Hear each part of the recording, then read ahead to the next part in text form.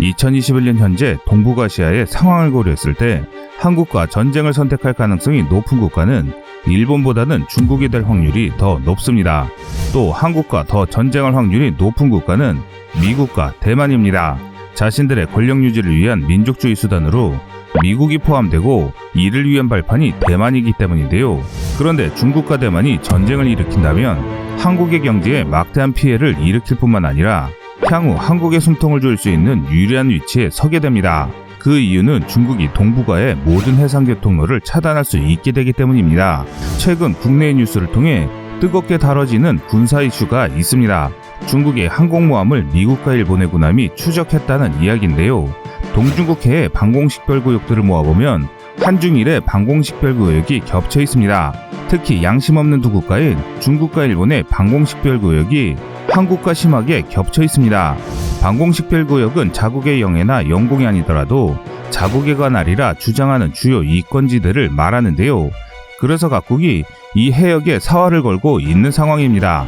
센카쿠 열도에서 제주도와 부산으로 두 개의 선을 긋고 그 위에 방공식별구역을 얹어보면 우리의 무역로가 양국의 방공식별구역에 포함됩니다. 대부분은 자원을 수입하는 동북아 국가들에게 이 무역로는 생명선이나 마찬가지입니다. 이 때문에 중국이 일으키는 전쟁은 결국 동북아시아 국가들의 생명줄을 틀어줄 수 있는 기회일 뿐만 아니라 나아가 세계 패권국으로 올라갈 수 있는 발판을 마련한 싸움이라고 할 수 있습니다. 그런데 여기에 흥미로운 사실이 하나 있는데요. 바로 단 하나의 선만 차지한다면 진흙탕 싸움 없이 동북아 패권을 장악할 수 있기 때문입니다. 바로 이 섬은 대만이라는 나라입니다. 어느 나라든 대만을 장악할 수 있다면 동북아 모든 국가들의 목숨줄을 재는 것이 가능해집니다. 오늘은 동북아 생명선을 차지하기 위한 중국과 대만의 양안전쟁에 대해 알아보겠습니다. 현재 우리에게 중국이라 불리는 국가인 중화인민공화국은 1949년 건국 당시부터 지금까지 대만에 대한 침략 의지를 보여왔습니다. 그 이유는 중화인민공화국인 중공 이전에 중국 대륙을 지배하던 중화민국의 패잔병이 대만으로 도망쳤기에 이들을 완전히 제거해야만 진짜 완벽한 중국 통일을 달성했다고 볼 수 있기 때문입니다. 실제로 한국전쟁이 일어날 무렵 중공군은 대만 상륙을 준비하고 있었습니다. 그러던 중국군이 한국전쟁에 개입하기 위한 대만 침략을 포기하자 역으로 대만이 중국 본토 상륙을 준비한 것도 역시 사실인데요. 한국전쟁에서 대한민국이 버텨주었기 때문에 중공이 대만 침략을 포기했으며 대만이 있기에 중국이 한국에 총력을 기울일 수 없었습니다. 입술이 없으면 이가 시리듯 둘 중 하나가 무너진다면 다른 하나 역시 중국의 압박을 버티기 어려워집니다. 이 사실을 가장 단적으로 보여주는 것이 중국군의 배치와 전력 구조입니다. 중국은 남, 북, 동 3개의 함대와 수개의 집단군을 가진 5개의 정부로 운영되는데요. 2040년대까지 만들어진 중국 함대 전력의 주력은 일본과 주일미군을 견제할 동해함대, 대만의 상륙작전을 벌이거나 난사군도를 지킬 남해 함대에 배치됩니다. 그래서 지금 당장 한국과 중국이 싸운다면 우리는 북구정구의 지상군과 북해함대, 동해함대 일부만 상대하면 됩니다. 하지만 대만이 무너질 경우 남해함대와 동해함대에서 대규모 함대가 북해함대를 지원할 수 있고 남부정구에 소속된 중국 해병대에 제주도 상륙 역시 걱정해야 할 것입니다. 특히 중국의 해병 전력 확장은 눈여겨볼 점인데요. 해병은 원래 공세적 목적의 부대로 상륙 전단과 함께 전선 후방에 대기하면서 적이 예상치 못하거나 혹은 지키기 어려운 해안을 점령해 교두보를 확보하는 역할을 맡습니다. 예를 들어 해병대는 대규모 부대를 단시간에 상륙시킬 수 있는 고속의 공기부양정을 보유하고 헬기나 해리어 F-35B 등 수직 이착륙이 가능한 항공기로 상륙하는 부대를 지원할 수 있는 대형 상륙함을 여럿 보유하고 있습니다. 이를 통해 세계 어디로든 항구가 없는 곳이라도 다수의 병력을 상륙시킬 수 있는 능력을 보유하고 있는데요. 이렇듯 해병대는 언제든 적의 후방이나 취약점을 타격할 수 있는 전략적 비서라고 할 수 있습니다. 다만 대한민국의 경우 서해오도나 김포 인근을 방어하는 데 해병이 배치되어 있는데 이는 인구 부족으로 인한 육군 부대의 부족, 또 전시 해병의 제한적인 상륙작전을 염두에 둔 배치일 뿐입니다. 해병 1사단과 다수의 해군 항공전력은 미 해병대처럼 진해 상륙전단과 합류해 어디든 갈 수 있도록 포항에 배치되어 있습니다. 원래 세계 2위의 해병 보유국은 대한민국입니다. 한국은 작은 나라임에도 반도라는 지형적 특성상 공세적 상륙작전이 필요해 해병대의 역할이 커졌습니다. 그런데 중국은 자국 방어를 위해 공세적 목적의 부대인 해병이 필요 없음에도 다수의 대형 상륙함을 건조하고 해병의 규모를 크게 늘리고 있습니다. 조만간 한국 해병대의 규모를 완전히 추월하고 미 해병대에 근접할 것으로 보이는데요. 그래서 다수의 군사 전문가들은 중국의 목표가 대만일 것이라고 주장하고 있습니다. 지난 4월 12일 대만 국방부는 중국 공군이 무려 25대 군용기들을 동원해 자국의 방공식별구역을 침범했다는 사실을 발표했는데요. 그런데 그 구성이 상당히 충격적입니다. 대만 방공식별구역을 침범한 중국 군용기는 Y-8 해상초계기 2대, KJ-500 공중조기경보 통제기 1대, J-10 전투기 4대, J-16 14대, H-6K 폭격기 4대로 알려졌는데 이는 적의 위치를 탐지하고 지상시설과 부대들을 타격하기 위한 전형적인 스트라이크 패키지식 구성입니다. 중국은 2021년에 무려 86일 동안 대만의 방공식별구역을 정찰했습니다. 이에 대응해 미국은 항모전단을 파견하는 한편 중국과의 관계를 고려해 그동안 대만에게 판매하지 않던 군수물자의 판매를 승인했습니다. 일본 역시 미국과 함께 대만 지지 공동성명을 했는데요. 이에 격분한 중국은 외교부 공식 입장을 통해 미국과 일본은 입으로는 자유와 개방을 말하지만 실제로는 패거리 짓을 짓고 소집단을 만들어 단체 대립을 선동한다는 이례적인 발표를 하기도 했습니다. 한국의 행보 역시 주목받고 있는데요. 한국이 중국의 심패권을 인정해 미일을 견제하거나 한미동맹을 강화하고 일본과 공동으로 중국에 어떻게 대응하느냐에 따라 동북아의 정세가 크게 요동치기 때문입니다. 그런데 여기서 짚고 넘어갈 부분이 바로 일본의 협력 여부입니다. 많은 분들이 가상전쟁 시나리오에서 한국과 일본이 협력하는 것은 말이 안 되며 중국과 한국이 싸운다면 일본이 뒤통수를 칠 것이라고 하는데요. 사실 한일 관계만 고려한다면 이는 충분히 맞는 말씀이지만 두 가지 이유를 생각했을 때 일본이 한국을 공격할 확률은 극히 적습니다.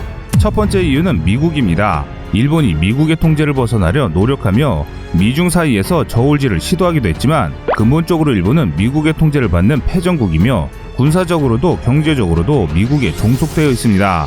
일본의 뒤통수가 한국을 압박하는 수단이 될 수 있는 것이 아니라면 중국의 진출을 막아야 하는 상황에서 굳이 한일 분쟁이 일어나는 것을 바라지 않습니다. 더욱이 양국의 군사 및 경제력이 비슷해지면서 균형이 맞아가는 상황에서 한국의 악감정을 살 행동을 할 이유는 없습니다. 두 번째 이유는 더 간단한데요. 그냥 중국이 강하기 때문입니다. 일본이 대한민국을 배신하려면 대한민국이 망한 뒤에 일본이 얻은 이익만으로도 중국을 제압할 수 있어야 합니다. 하지만 대한민국이 중국의 패에 한반도 북부를 넘겨주기만 하더라도 일본은 심각한 안보 위협에 직면하게 됩니다. 동해를 통해 중국과 직접 접촉하게 되면서 오키나와뿐만 아니라 동해에서도 중국군을 상대하게 되는데 현재 일본의 역량으로 이를 극복할 방법이 없습니다. 더욱이 한국이 그저 북한을 빼앗기는 수준을 넘어 완전히 중국의 편으로 넘어갈 경우 아무리 미국의 도움이 있더라도 중국을 막을 방법이 없어집니다. 역사적으로 일본이 외침의 위협에 직접적으로 노출된 것은 세계대전을 제하면 단 2번인데 고구려 백제가 멸망한 뒤 당과 신라의 위협에 노출되었을 때와 몽골이 고려를 완전히 복속하고 침략을 시도했을 때입니다. 그러므로 일본은 국가의 존립과 안녕을 위해서라도 한국을 반드시 지켜야 합니다. 즉 한국과 일본의 협력은 동지의 협력이 아니란 것이죠. 양국이 모두 중국이라는 공통의 위협에 직면해 있기 때문에 각자가 생존을 위해 최선의 대응을 하는 것이 곧 협력이 되는 것뿐입니다. 우리 역시 마찬가지입니다. 대만과 일본 둘 중 단 하나라도 중국에 무너진다면 우리의 해상교통로는 완전히 차단되며 싸워보지도 못한 채 중국에 굴복해야 합니다. 2차 대전 직전의 상황이 지금과 정말 유사한데요. 1918년 1차 대전에서 승전한 연합국은 독일의 팽창을 염려해 독일 주변의 여러 소국들을 연합시켜 대독일 포위망을 구성합니다. 개별 국가로는 독일을 이길 수 없으나 이들이 연합해 버티는 동안 영국과 프랑스가 지원한다면 독일이 다시는 침략을 벌이지 못할 것으로 보였습니다. 실제로 대독일 포위망에 참여한 국가들의 총력은 독일을 압도했고 만약 이 국가들의 역할이 정상적으로 작동했다면 2차 대전은 일어나지 않았을 것입니다. 그러나 1938년 3월 오스트리아가 독일에 합병되는 상황에도 전쟁을 두려워한 연합국은 개입을 포기했습니다. 이어 1938년 9월 독일이 체코를 겁박해 방어시설이 지어진 산맥 영토를 빼앗을 때도 연합국은 전쟁이 두려워 개입하지 않았으며 이웃인 폴란드는 더 나아가 독일과 협상을 통해 체코의 영토 일부를 강탈했습니다. 이 결과로 결국 1939년 3월 체코는 독일에 완전 합병되고 마는데요. 이로 인해 대독일 포위망은 완전히 붕괴되었으며 오스트리아군과 체코군을 자국군에 편입시켜 강력해진 독일군이 체코 합병 후 단 6개월 만인 1939년 8월 폴란드를 침공하며 제2차 세계대전이 일어나고 말았습니다. 이후 독일은 중립을 주장하던 네덜란드와 1차 대전 이후 벨기에를 침공하며 전 유럽을 불길 속으로 내몰았습니다. 대한민국에게 가장 좋은 것은 중립입니다. 정치를 고려하지 않는다면 중국과 미국 모두 대한민국의 주요한 파트너이기 때문에 둘 모두와 평화롭게 지내며 상호 간의 이익이 되는 무역과 문화교류를 이어가는 것이 좋습니다. 게다가 두 세력이 대립할 때 한반도는 전쟁터가 될 수밖에 없으니 전쟁은 그리 좋은 선택지가 될 수 없습니다. 그리고 설령 우리가 한미일 동맹을 결성하는 등 적극적으로 대중동맹에 참가하더라도 앞서 말씀드린 폴란드의 설화처럼 믿을 수 없는 일본이 잘못된 선택을 내릴 가능성도 있습니다. 그러나 중국과 대만의 전쟁은 대한민국에게는 생명선이라 할 수 있는 해상교통로가 막힐 수 있기 때문에 우리도 건넌 마을 불구경하듯 넉놓고만 볼 수 없게 됩니다. 그래서 한국에게 이 양안전쟁이 중요한 것입니다. 중국의 횡포가 나날이 심각해지는 가운데 중국이 염토정령 의지는 거의 집착에 가까워 국제적인 문제로 부상하고 있습니다. 이런 중국의 행보에 한국의 관심이 쏠리고 있습니다. 동북아는 주요 3개국인 한국, 중국, 일본이 사실상 대립할 수밖에 없고 지정학적으로도 먼저 누가 유리한 영토를 점령하느냐에 따라 그 나라의 위세는 달라지기 때문인데요. 지난 양안전쟁 일부에서 소개해드린 것처럼 다른 나라의 전쟁에 한국이 관심을 가져야 하는 이유가 여기에 있습니다. 만약 중국이 대만과의 전쟁으로 한반도 주변 앞바다까지 자신들의 영토라고 주장하면 한국은 심각한 상황에 놓이게 됩니다.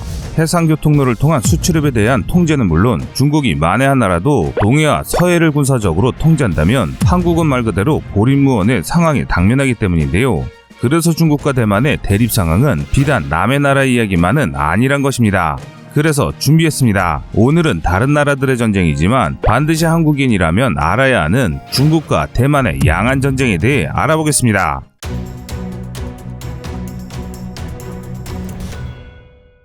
해당 자료는 미 의회조사국의 중국 해군의 근대화 보고서에서 설명된 2040년 중국 해군의 규모에서 동해 함대와 남해 함대 규모를 예상한 수치입니다. 밀리터리 밸런스 2020에 따르면 2020년에 미 우주군은 통신위성 45기, 항법위성 31기, 전자정보 또는 신호정보 수집위성 27기, 감시정찰위성 17기, 조기경보위성 8기, 우주감시위성 6기, 기상위성 6기 등 총 140대의 군용위성을 자체적으로 보유하고 있습니다. 장기적으로 미군의 위성수는 급증할 전망이며 2020년대 중반까지 약 1만 2천 개, 장기적으로 4만 2천 개의 통신위성을 발사하겠다는 스페이스X를 비롯한 민간기업의 위성까지 포함할 경우 2030년대 이후로 미국이 탐지 못하는 지구 표면은 없을 것입니다. 중국이 아무리 자신들의 무기 체계를 숨기려 해도 이런 미국의 정찰 자산들로 속속들이 드러나고 있는 상황입니다. 해당 영상은 지난 가상전쟁 시나리오와 마찬가지로 방대한 자료 소식과 각종 군사 전문가들의 자료를 바탕으로 제작되었으며 가장 현실적 사실에 입각한 시나리오임을 밝혀드립니다. 그럼 중국과 대만의 양안전쟁 시작하겠습니다. 미국은 경쟁국을 압도하기 위해 상대가 보유한 치명적 전력을 무력화하는 상세 전략을 수차례 시도해왔는데요. 아이젠하워의 뉴룩, 지미 카터의 상세 전략, 레이건의 SDI, 오바마의 국방혁신구조상 등의 사례가 있습니다. 현재 미군은 오바마 정부의 국방혁신구상을 통해 강화된 사이버전 및 인공지능 기술의 발전을 통해 모자이크전을 구상하고 있습니다. 모자이크전은 통신과 무기의 사거리 및 정밀도의 한계로 뭉쳐져 움직여야 했던 군대를 분산시켜 치명성은 줄이되 은밀성과 생존성을 향상시켜 ASBM을 비롯한 중국의 전력을 무력화시키겠다는 계획입니다. 이를 위해 바이든 정부는 2016년 275척에 불과하던 미 해군 전력을 장기적으로 355척의 최신의 함대로 전환하겠다는 트럼프의 구상을 일부 수용하면서 유인 함대에 앞서 정찰과 타격 임무를 수행할 무인 함정과 무인 함재기로 구성된 유령 함대 전력 건설을 준비하고 있습니다. 2030년대 남중국해의 양안 분쟁은 극으로 치닫습니다. 중국은 오래전부터 대만은 중국의 영토이며 양자의 관계는 중국의 두 해안 사이의 문제일 뿐이라고 주장해왔습니다. 실제로 2000년대 중반까지 양국의 협력은 지속적으로 확대되며 대만이 중국에 속할 것처럼 보였습니다. 그러나 2016년 친중파를 몰아내고 집권한 대만의 차잉잉원 총통 이후로 양국의 관계는 급격히 냉각되었는데요. 반중을 기치로 차잉잉원의 세력이 확대되고 코로나 사태를 계기로 반중 감정이 폭발하면서 대만을 국가로 인정하거나 지원하는 국가들이 늘어나기 시작한 것입니다. 특히 미일의 지원에 힘입어 노후화됐던 대만군이 급격히 현대화되어감에 따라 대만을 종속화해 동북아를 지배하려던 중국의 계획이 크게 흔들리기 시작합니다. 대만이 미국 MD 체제에 가입하는 것은 물론 그 일환으로 마주열도와 금문도의 방어를 위해 요새를 시대에 맞게 정비하고 최신의 탐도탄 탐지 레이더 기지를 설치하겠다는 발표를 합니다. 이에 더해 미군 일부가 주둔한다는 소식에 중국은 폭발하고 마는데요. 마주열도는 금문도와 중국 영토 사이에 있는 매우 인접한 대만의 영토입니다. 두 열도와 대만의 탄도미사일이나 요격미사일이 배치될 경우 홍콩과 상하이 사이의 해역이 차단되어 중국의 해상교통로는 완전히 쪼개집니다. 이 경우 중국이 의지할 수 있는 항로는 북한 한경도에서 이어지는 북극 항로뿐인데 제재 대상인 북한의 항구를 이용하는 것은 많은 한계가 있습니다. 때문에 요새가 완공되고 대만군의 현대화가 완료된다면 중국은 싸워보지도 못하고 미국에 굴복해야 하며 중국이 그토록 원하는 중국몽은 그저 봄날의 꿈이 됩니다. 이에 중국은 지난 30년간 힘들어 육성한 중국군이 활약할 기회도 없이 무너지게 둘 수는 없었습니다. 그래서 모든 상륙 전력을 동원해 마주열도와 금문도를 점령한 물론 중국의 아킬레스건인 대만을 정복하려는 작전이 시행되는데요. 중국의 인민해방군은 한반도를 책임지는 북해함대와 북부정구 소속 부대를 제외한 각지의 병력을 대만 해협으로 집결합니다. 수개의 공수강화여단이 Y-20, Y-8 수송기에 분승해 중국 남해의 공항으로 집결하고 하이난성 산약, 관둥성 잔장 등 남해 함대의 군항들로 집결합니다. 침공 육군의 규모는 10여 개 해병여단, 5개 공수여단으로 뒤이어 상륙할 남부정구 소속 수개 기갑여단입니다. 중국은 현재 군제 개편을 통해 여단 체제로 전환하고 있어 2035년경이면 중국군 상당수가 여단 체제로 전환될 것으로 보입니다. 침공 공군은 Y9 수송기를 개량한 수십여 대 전자전기, 신호정보 수집기, 조기경보 통제기와 100여 대의 H6K, H20 전략폭격기, 100여 대의 젠20, 수백여 대의 J16 등 막강한 전력을 자랑합니다.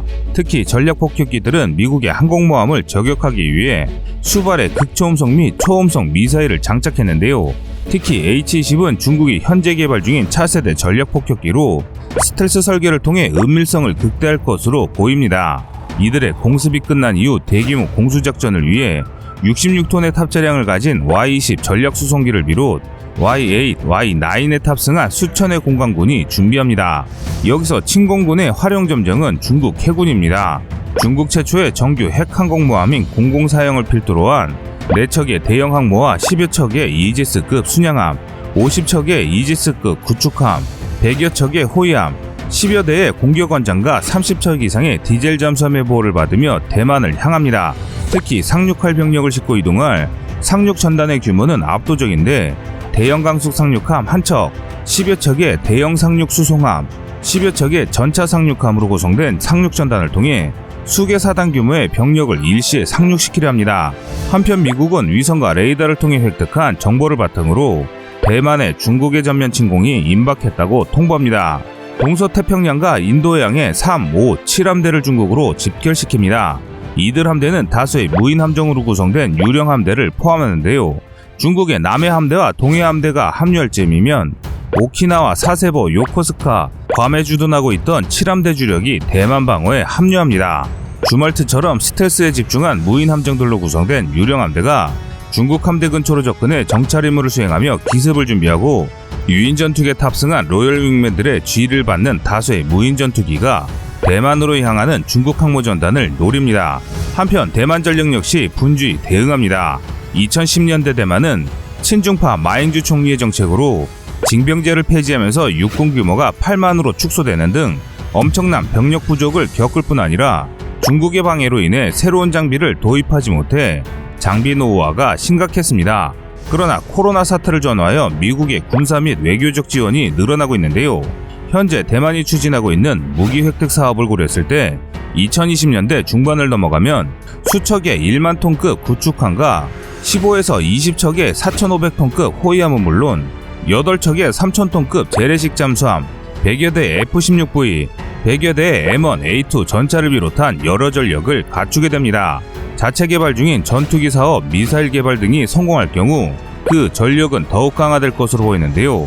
하지만 대만 단독이라면 중국의 침공군을 막을 수 없으나 7함대와 함께 전 세계 각국의 지원을 기다리며 방어를 수행할 수 있는 수준은 가능해집니다. 중국 병력이 움직인 지 12시간 만에 미국의 위성 추적을 최대한 회피하며 중국의 침공이 시작됩니다. 동시에 전역 전체에 전파를 쏘아 사 레이더 등 각종 레이더 탐지를 무력화하는 전제전을 시작합니다. 또 다수의 인공위성 요격 미사일을 발사해 아시아 지역의 인공위성들을 파괴하기 시작합니다. 군사위성과 민간위성을 가리지 않고 가해진 이 공격으로 엄청난 우주 파편이 생성되며 아시아 일대의 거의 모든 통신과 항법 시스템은 마비됩니다. 이에 미국은 다른 궤도의 인공위성들을 재배치하는 한편 고고도 항공기를 추가로 투입해 중국군에 대한 감시를 이어갑니다. 그러나 미군과 달리 중국군의 공세에 대만군의 상태는 최악으로 치닫습니다.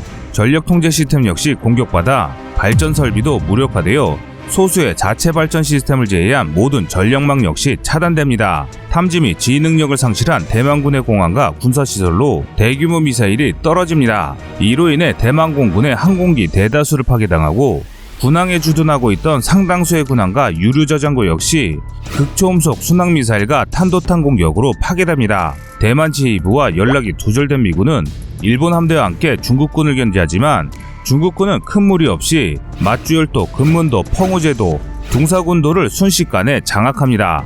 7함대 소속 항모와 강습 상륙함, 일본의 경항모로는 중국군의 대규모 공군 전력까지 막을 수 없기에 중국 공수부대 역시 가이슝, 타이중, 타이베이 등 주요 도시 각지에 강화해 현지 동조 세력과 접촉해 해병대의 상륙에 앞서 대만군의 군사시설들을 무력화시켜 나갑니다. 각지에 흩어져 있는 대만군은 완전히 분단되어 각계격파되기 시작하는데요. 오로지 M1, A2 전차와 CM-32 장갑차 등으로 무장한 정예부대만이 살아남아 기동방어를 펼칩니다.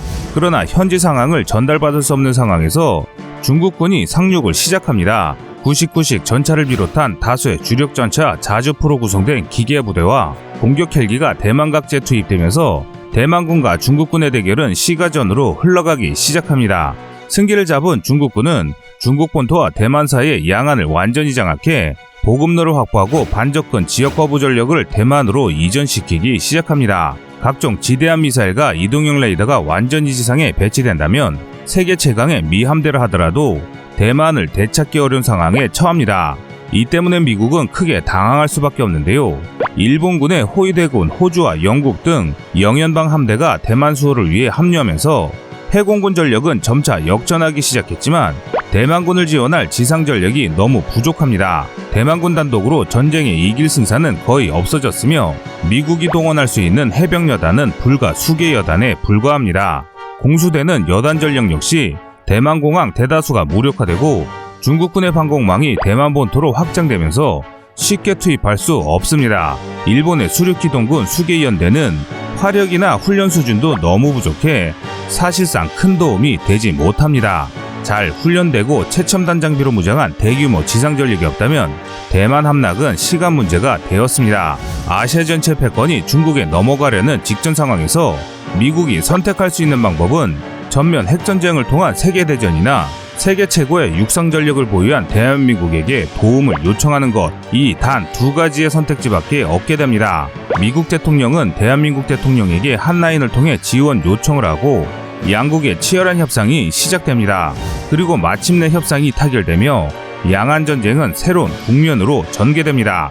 전쟁이 시작된 지 만 3일 동안 대만의 상황은 최악으로 치닫고 있습니다. 중국의 인민해방군이 대만이 소유한 모든 군도와 섬들을 점령하고 타이베이와 가오슝 등 주요 도시들로 중국군이 진입해 시가전이 벌어지기 시작했습니다. 징병제를 폐지한 대만군의 병력은 중국군에 비해 절대적으로 열세일 수밖에 없습니다. 게다가 재정 문제로 좋은 인력을 받을 수 없기에 병력의 질 역시 지원병으로 구성된 중국군에 압도당합니다. 중국군을 제압하기 위해 탈러스 전투복으로 무장한 정예 미 해병대가 투입되지만 새롭게 투입되는 중국군을 수적으로 압도하기는 어렵습니다. 미국은 현재 중국 공산당이 군민융합을 통한 군산복합체 육성으로 전력을 강화하는 것에 대응하여 중국 기업체의 판로를 차단하는 한편 막대한 투자를 통해 기술 우위를 달성하려고 노력하고 있습니다. 그중 탈러스 전투복을 비롯한 미래 보병 체계가 바로 이 기술 우위의 사례인데요. 총알을 막을 때만 딱딱해지고 재사용이 가능한 유체 방탄복과 수백 킬로그램도 짊어질 수 있는 강화 외골격, 일체형 디스플레이, 생화학 방어가 가능한 현실판 아이언맨이라고 할 수 있습니다. 탈러스 역시 미군의 미래보병 체계의 일부일 뿐이며 2030년대에 접어들 무렵이면 미 육군 상당수가 이런 강화 장비로 무장할 것으로 보입니다. 이에 미국은 일본판 해병대인 수륙기동단과 필리핀군 등의 지원을 받지만 미군에 비해 모자랄지언정 외골격과 각종 장비를 중무장한 정예 중국군의 상대가 되지 못합니다. 중국군은 이미 지난해 동력 없이 무게를 보조해주는 무동력 외골격 로봇을 히말라야 국경수비대에 지급한 바가 있습니다. 제한된 예산을 해공군에 집중한 일본군과 빈약한 전력의 필리핀군은 전선을 유지하기 급급하고 대만군은 외부의 중국군과 내부의 배신자들에게 공격당하며 모든 전선에서 패퇴하고 있습니다. 미군이 아무리 강하더라도 전황은 암울합니다. 이는 인도태평양 사령부와 미합동 참모본부를 거쳐 백악관에 보고되는 난상 토론이 벌어집니다. 이제 문제를 해결할 방법은 단 하나뿐입니다. 대한민국의 강력한 해병대와 육군 전력을 끌어들이는 것입니다. 현재 대한민국은 중국과 직접 영토를 접하지 않았으나 모든 인민을 군대 징집시켜 100만 대군을 유지하고 있는 북한과 맞닿아 있습니다. 또 그들에 대해 중국 육군 전력을 포함해 극단적인 경우 러시아의 극동군까지 상대해야 합니다. 자연히 대한민국의 육군 전력은 미군을 제외하면 동북아에서 가장 강력한 장비로 무장하고 있습니다. 이는 2030년대에도 마찬가지입니다. 지난 1월 한국국방과학연구소 ADD는 연구소에서 정기 발행하는 국방기술 플러스 251호의 임무유형별 군사용 착용 로봇 플랫폼 개발 동향을 발표했는데요. 이동을 보조하는 하체 보조형 장비, 무거운 물건을 운반하거나 중화기를 견착할 수 있는 상체 보조형 장비는 물론 상하체 일체형 로봇 개발의 현황을 설명하고 개발 방향을 제시했습니다.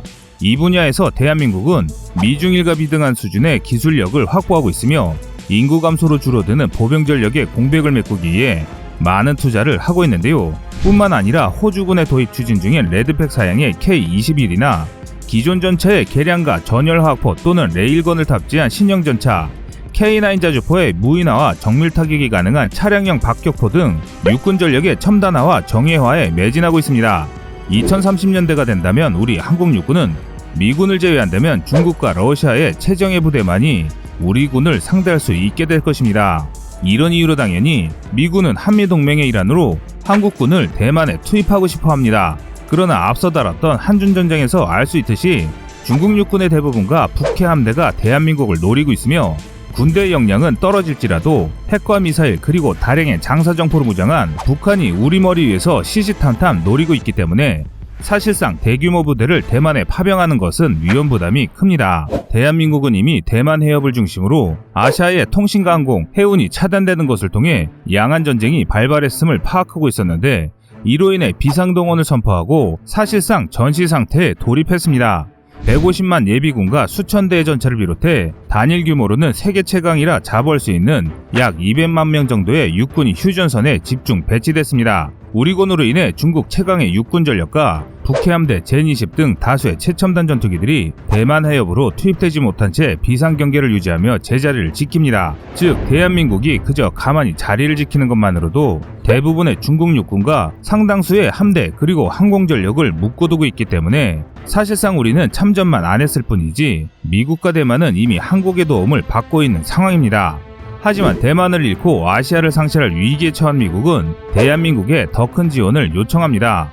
대만이 중국에 넘어가 아시아의 균형이 무너질 경우 일방적으로 중국에 휘둘리게 될 뿐만 아니라 전쟁 종결 이후의 문제도 생각할 수밖에 없는데요. 그래서 한국은 미국에게 F-35를 비롯한 5세대 전투기 기술의 완전한 이전, SM-3급 탄도탄 기술 이전, 미국이 수집한 북중러의 전자 및 신호정보 일체 제공, 핵 보유 및 핵의 군사적 사용 인정, 전후 붕괴될 중국 시장에서의 지분, 개편될 유엔에서 중국을 대신해 상임이사국가 동등한 위치를 요구합니다. 이미 6세대 전투기를 개발하고 막강한 우주 전력을 통해 보다 상급의 탄도탄 요격 체계를 개발한 미국은 대한민국이 중국을 대체하고 동시에 중국이 다시 성장하는 것을 견제할 미국의 강력한 동맹으로 남을 것과 파이브 아이즈에 가입해 지속적으로 협력할 것을 조건으로 대한민국의 조건을 받아들입니다. 이렇게 협상이 이루어지고 우리 해군과 상륙전단, 수계 기갑여단이 징발된 화물선에 실려 대만을 향해 출발합니다. 이들의 공백을 메우기 위해 한반도의 모든 산업시설이 전시체제에 돌입해 최첨단 장비들을 쏟아내기 시작합니다. 하루에도 수십 대의 전차와 장갑차가 전선에 새롭게 합류하고 생산된 장비들은 노후화된 장비들과 예비군의 무장을 대체해 대만으로 파병된 병력의 공백을 최소화합니다. 대만 파병부대 해군은 한국형 항모를 중심으로 한 7기동함대와 5성분전단 소속 상륙함들이 주축이 됩니다. 북한군은 대구급, 울산급, 배치3, 퍼급으로 구성된 1, 2, 3함대만으로도 충분하며 북해 함대가 남아하는 것은 해역 함대들이 서해 각지의 미사일 포대 및 레이더, 군공항의 비행단과 연계에 차단할 수 있습니다. 일본의 경우 러시아를 경계할 전력을 제외하면 모든 전력을 대만과 오키나와 인근에 쏟아부어야 하므로 한국에게는 위협이 되지 않습니다. 파병함대는 항모와 상륙전단을 보호하기 위한 한국형 중구축함 KDDX, 세종대왕함 배치2, 장보고3 배치3를 주축으로 한 척의 항모, 두 척의 대형 상륙 수송함, 6척의 순양함급 이지스함, 12척의 구축함, 3척 이상의 디젤 또는 핵 추진 잠수함, 2척의 소양급 보급함 및 10수척의 민간선단으로 이루어집니다.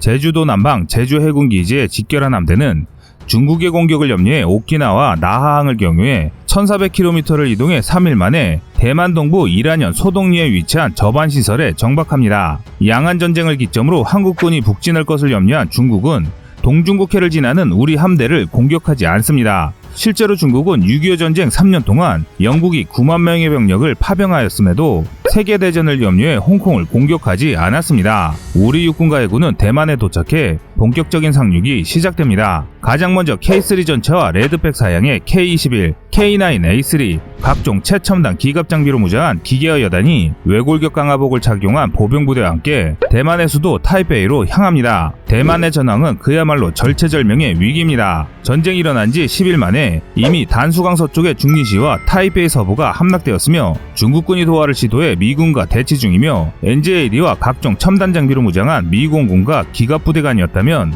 당장이라도 전선이 붕괴될 상황입니다. 타이베이 남부 신비에시의 대만군과 필리핀군 사이로 중국군의 집중 공격이 시작됩니다. 중국 포병의 압도적인 화력에 방어선은 무너지고 99식 주력전차 15식 경전차가 도하점을 확장하는 순간 우리군의 K3, K2 전차가 현장에 도착합니다. 최근 중국군은 전면전보다 신속한 점령전을 구축하면서 4세대 전차를 개발하는 대신 다양한 전쟁에서 쓸 수 있는 15식 전차를 개발해 배치했는데요. 2030년대까지 이렇다 할 신형 전차 개발 계획은 없기 때문에 기갑 전력은 한국군에 비해 상당히 열세입니다. 우리 기갑 부대가 등장하면서 겁없이 진격하던 중국 기갑 부대는 순식간에 쓸려나갑니다. 중국군의 사정거리 밖에서 쏘아지는 K3 공격에 99식 전차들이 모두 파괴되고 15식 경전차 역시 3.5세대 주력 전차인 K2에 녹아내립니다. 뒤이어 미공군의 엄호를 받는 우리군의 마리논 헬기와 아파치 헬기가 도하 지점의 중국군을 제압하고 우리군의 개입을 예상하지 못했던 중국군은 황급히 후퇴합니다.